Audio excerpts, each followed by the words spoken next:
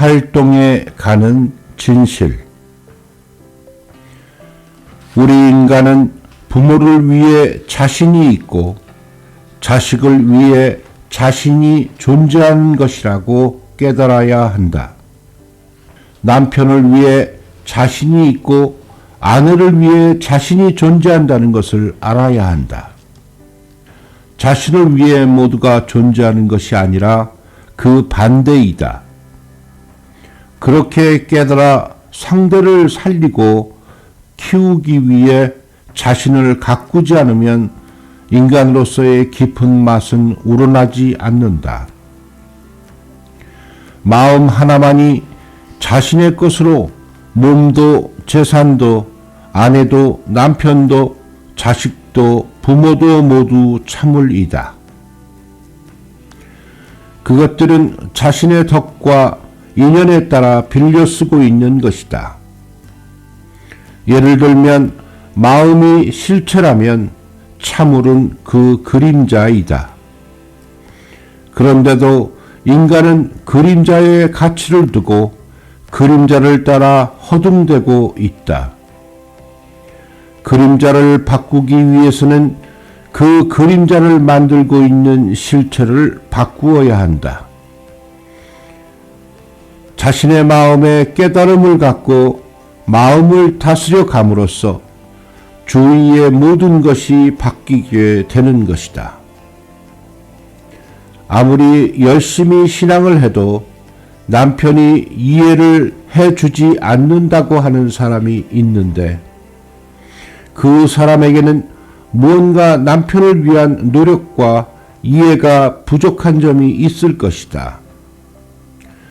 항상 남편의 입장이 되어 모든 것을 맞추어 준다면 결코 그러한 오해는 생기지 않을 것이기 때문이다. 무엇이든 받기를 좋아하는 사람은 미움받고 무엇이든 주기를 좋아하는 사람은 사랑받는다. 상대를 즐겁게 해주면 그 즐거움은 자신에게로 되돌아온다. 행복은 구하려고 하는 마음이 강한 사람에게 찾아오는 것이 아니라 주는 것을 아끼지 않는 사람, 이바지하는 것을 즐기는 사람에게 모여든다. 품행이 단정한 것은 정말 좋은 것이다. 하지만 단지 그것뿐이어서는 주위의 덕을 베풀 수 없다. 아무리 가치 있는 것이라도 깊숙한 곳에 처박혀 있어서는 아무런 쓸모가 없다. 현대는 한 사람의 성인을 구하기보다도 많은 사람이 서로 돕는 것을 바라고 있다. 활동하지 않는 진실보다도 활동해 가는 진실 쪽이 가치가 있기 때문이다. 안다는 것도 중요한 것이겠지만 신앙의 세계에서는 교리를 아는 것만으로 그쳐서는 안 된다. 안다는 것은 어디까지나 행하기 위한 전제 조건이다. 알기만 하고 실행하지 않는다면 아무런 의미가 없다. 알고 있으면서 행하지 않는 것은 뿌려둔 걸음을 떠내려 보내는 것과 같다. 그림으로 그려진 사과가 아무리 아름다워도 그것을 따서 맛볼 수는 없다. 비바람에 시달리며 익은 사과는 서로 보기에는 나쁠지 모르지만 깊은 맛을 담뿍 안고 있다. 외모나 자태가 아름답다는 것은 그것만으로도 여성으로서의 이점이 있을 것이다. 외모나 자태에 반하는 것이 세상의 관례이므로 많은 사람들이 그냥 내버려 두지 않는다.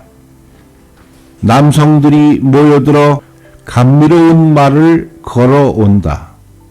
그래서 요구를 받아들여 꽃가마를 타는 사람도 있다.